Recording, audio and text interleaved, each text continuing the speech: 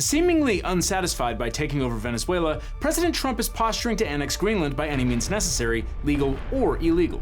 But unlike Venezuela, Greenland is not a sovereign nation. It's a territory within the Kingdom of Denmark. This means that Trump wants to annex part of Denmark. And Denmark is not just one of our NATO allies, it's a signatory to an arguably stronger security pact in the European Union and commands a well-equipped, well-trained military. I would know. I served alongside Danish Special Forces in a combat role in Western Iraq. Oh, and that's not an ancient Norse rune they carved into the hillside, it's the brand of sacrifice from Berserk. Yes, the Danish Special Forces have the power of the devil and anime on their side. Now, attacking Denmark would violate Article 5 of the NATO Treaty, which simply states that an armed attack against one NATO member shall be considered an attack against them all. If this creates a mental picture of Uncle Sam repeatedly punching himself in the face, well, that's kind of right. But none of this dissuaded Trump, who, like any self-respecting gangster, attempted to make them an offer they couldn't refuse. So we're going to be doing something with Greenland, either the nice way or the more difficult way. The hard way being military force, and the easy way being a forced sale under the threat of military force. How far are you willing to go to acquire Greenland? You'll find out. So with the future of the NATO alliance hanging by a thread, Trump headed off to Davos, Switzerland to meet with the Danes for a good old-fashioned art of the steal. But because of a critical international law that we can assume Trump was ignorant of, he came out of Davos with virtually nothing. Let's talk about why. Now, Trump's obsession with annexing Greenland is insane, but it's not entirely unfounded. Researchers peg its natural resources to be worth about $200 billion, although they're difficult to extract. But the Trump administration super-duper pinky swears that this has nothing to do with that. This is not about resource capture at all. This is about national security. I mean, who's to say? Maybe ask a Venezuelan. But Greenland has another natural resources worth even more than its oil, gas, and mineral deposits: geography. Greenland is more or less halfway between the US and Russia and China. And because all of that ice is continuing to vanish because of global climate change, it won't be long before the president can command his ludicrous Trump-class battleships to sail right through the Arctic Ocean. And so any permanent military presence in Greenland is seen as a significant threat. This is why the United States is the only nation to maintain a permanent military base there, one that's relegated to space dork stuff only, and presumably named after the sound furries make when they sneeze. Denmark and Greenland understandably declined Trump's pressure to sell the island in the most Danish way imaginable. First politely, then with some humor, then bluntly in no uncertain terms. Greenland have been part of the Danish kingdom for 800 years. It's an integrated part of our country. It is not for sale. Let me put it in words you might understand. Mr. Trump, f*** off. Since Denmark wouldn't consent, President Trump asserted that the United States had the legal right to own Greenland because boats. In a leaked text exchange with Norway's prime minister, Trump wrote, "Why do they have a right of ownership anyway? There are no written documents, it's only that a boat landed there hundreds of years ago, but we had boats landing there also." I'm going to put aside his frustrating ignorance of American history for now, but there very much are legally binding written documents establishing Danish sovereignty of Greenland. Now, sorry to interrupt, but if Trump's blustering over Greenland makes you want to crawl into a hole and hide from the rest of the world, well, today's sponsor, Incogni, can help. Your cell phone number, home address, email address, private social media accounts, and tons of sensitive data are shockingly easy to purchase by anyone online. But malicious actors can't hurt you if they can't find you. And so you can fight back and take control of your private information by signing up for today's sponsor, Incogni.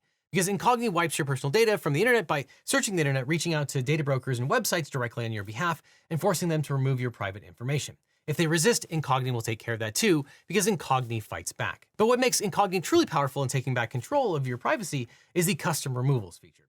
It allows you to flag an unlimited number of sites where your data is exposed, and you can even have Incogni's privacy experts review and tackle the most uncooperative data brokers and people's search sites. Now, I've been using Incogni for years now, and in that time you can see I've been on hundreds of lists, some of which had a high sensitivity score, meaning the broker had tons of data on me.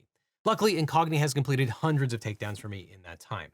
Now, I could never do this myself, so thank you to Incogni for weeks worth of work and adding me to over 40 suppression lists. And Incogni will continue to conduct ongoing removals because even if the broker removes your data once, they can always collect it and publish it again. So if online privacy is important to you, give Incogni a try. If you scan the code on screen or click on the link in the description, you'll get 60% off their annual unlimited plan. Or try Incogni risk-free for 30 days. If you decide to keep it, you'll still get the 60% off discount so long as you use my code LegalEagle, all one word, at checkout. So sign up for Incogni or I'll see you in court. You see, when Norway and Denmark were a single country, control of Greenland belonged to that unified country. When Norway and Denmark split into separate countries in the 19th century, Denmark retained control of Greenland. The US government knows this, or at least knew it. In a 1916 declaration, the US explicitly acknowledged Denmark's sovereignty over Greenland. In exchange, Denmark agreed to sell the Virgin Islands to the US, which included Little St. James Island, and was later purchased by one of Trump's besties. Yes, this is true. Epstein Island used to belong to Denmark. Now, the US formally acknowledged Denmark's sovereignty over Greenland again during the Cold War, when both nations signed the 1951 Defense of Greenland Agreement. It explicitly states that the US may station military forces there, but Denmark retains sovereignty over Greenland. It reads, quote, "Without prejudice to the sovereignty of the Kingdom of Denmark over such defense area, the government of the United States of America shall be entitled to a wide variety of military installations and activities." During the Cold War, the US had more than 10,000 personnel in Greenland. It was a notoriously desired assignment. But since the dissolution of the Soviet Union, the US voluntarily reduced its military presence in Greenland to a single base, Pituffik Space Base on the northwestern coast. Additionally, Denmark's 1979 Home Rule Act gave Greenland some authority over its own government. A referendum in 2008 expanded that, meaning that most of Greenland's domestic policy is governed by Greenland, while its foreign affairs and defense are governed by Denmark. While it's not a full-fledged member of the European Union and doesn't have a FIFA-acknowledged national soccer team, as an overseas territory of EU member Denmark, Greenland also has some status within the EU. So Greenland has never belonged to the United States. With Denmark's permission, the US has a military base there, but it has no legal claim to the rest of the island. Theoretically, Denmark could sell Greenland to the US, like it sold the Virgin Islands, but since Greenland and Denmark have been pretty clear that they don't want to do that, Mr. Trump, off. President Trump decided to threaten to take the island by force. He even asked AI to produce some pictures for his Conquest vision board. Charming, but very, very illegal. But maybe all of this is about something a little more petty. That's right, in the same text thread to Norway's leader, Trump tied his threats against Greenland to Norway's failure to give him the Nobel Peace Prize. Surely it's what Gandhi and Malala would have done. We've repeatedly covered the basics of international law in previous videos, but it looks like we're going to have to say it again. A country can't just invade another country under the color of law. Claiming that you need a piece of territory because you need it has been tried before. By Hitler. The term Lebensraum, literally translated to living space, was coined by German geographer Friedrich Ratzel in 1901. He believed that a nation had to be self-sufficient in terms of resources and territory to protect itself from external threats. Sounds familiar. Why does the United States need Greenland? To make America strong, we need to have a strong Western Hemisphere, and the world needs a strong America. We need Greenland for national security, so we're going to see what happens. But the United Nations exists to prevent this through the rule of law. Wars of aggression are prohibited by Article 2, Sub 4 of the UN Charter, which specifies that all members shall refrain from the threat or use of force against the territorial integrity or political independence of any state. It doesn't matter if you want their resources or strategic location, or think the populace will greet you as a liberator. You can't just invade a sovereign territory. That's an act of war. And an act of war triggers the right to self-defense in the UN Charter. Article 51 of the Charter states, "Nothing in the present Charter shall impair the inherent right of individual or collective self-defense if an armed attack occurs against a member of the United Nations." Pay attention to the phrasing here. Article 51 doesn't just create an individual right of self-defense, it creates a collective right of self-defense. If a country is attacked, not only can it legally defend itself, but that country's allies can also jump in to defend it. So if Trump attacks Greenland, it isn't just Greenland or Denmark that will be allowed to hit back. All of Denmark's allies can also help Denmark defend itself, which means NATO. An attack on Greenland would presumably trigger Article 5 of the North Atlantic Treaty, which is the centerpiece of NATO. Article 5 says, "The parties agree that an armed attack against one or more of them in Europe or North America shall be considered an attack against them all, and consequently they agree that if such an armed attack occurs, each of them, in exercise of the right of individual or collective self-defense, will assist the party or parties so attacked by taking forthwith, individually and in concert with other parties, such action as it deems necessary, including the use of armed force, to restore and maintain the security of the North Atlantic area." So if the United States attacks Greenland, this would not only be an attack against Denmark, it would be an attack against all of NATO.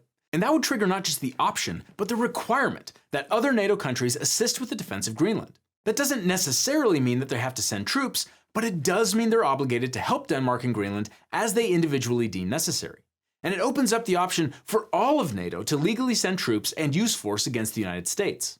Presumably, Trump knows this, yet is willing to play a game of chicken that could result in unfathomable destruction or the collapse of NATO itself. But there's another defense treaty that Trump seems to be unaware of and is likely the reason why his trip to Davos was an unmitigated disaster for his Greenland ambitions.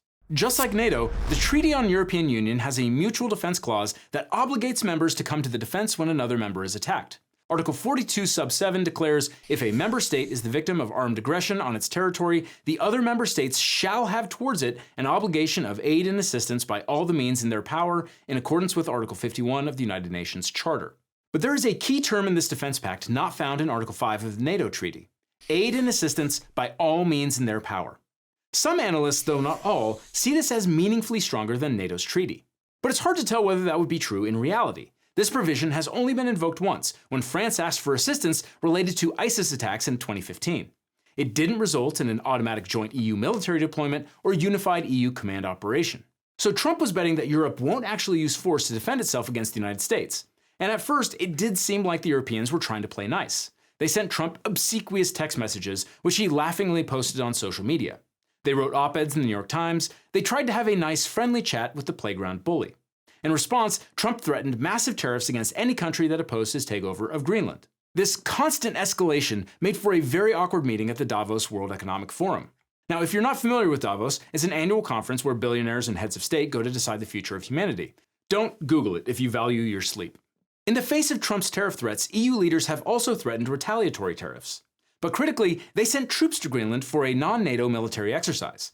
Incidentally, kids, this is what we call a tripwire force. The US attacks, and suddenly it's not just Danish troops being attacked, it's troops from Germany, France, and even the UK. Suddenly it's not just the Danes who have a legal rationale for armed conflict. Trump then came out of Davos declaring that he had decided not to use force to take Greenland. We probably won't get anything unless I decide to use excessive strength and force, where we would be, frankly, unstoppable. But I won't do that. Or was it Iceland? Doesn't matter. It's easy to mix up the two. When I told them about Iceland, they loved me. They're not there for us on Iceland, that I can tell you. So Iceland's already cost us a lot of money. Consistency isn't really a hallmark of this administration. But EU nations are demonstrating a willingness to not only fulfill their legal obligations under NATO's Article 5, but also under 42 sub 7 of the EU Treaty. If Trump does decide to use force, EU member states will be obligated to give Denmark assistance by all means in their power. And they may have the will to do it, according to European Commission President Ursula von der Leyen. And plunging us into a downward spiral would only aid the very adversaries we are both so committed to keeping out of the strategic landscape. So our response will be unflinching, united, and proportional. If this means European nations are forced into a Sophie's choice between the EU and NATO, chances are good they're going to go with a treaty that doesn't include the country sending bombs at them. No one can argue that Greenland, Denmark, or the EU pose an imminent threat to the US. So if Trump were to stage any kind of attack, it would not only be illegal under international law, but also under the US Constitution, the War Powers Act, etc. But there's an additional, more obscure law that may also be implicated. Back in 2024, Congress predicted a situation like this could get out of control. So they included a provision in the National Defense Authorization Act that limits the president's ability to bail on NATO. 22 U.S.C. Section 1928F specifies that the president shall not suspend, terminate, denounce, or withdraw the United States from the North Atlantic Treaty. Now, one may quibble about whether attacking a NATO member country's territory would really qualify as suspending, terminating, denouncing, or withdrawing from NATO, and I'm pretty sure that if it comes to it, the administration will make that argument. But for any ordinary person, this is clear. If Trump tries to seize Greenland by force, that effectively ends U.S. participation in NATO. And even if we take Trump at his word that he isn't going to use force, strong-arming and threatening a NATO ally sure looks like suspending or denouncing NATO.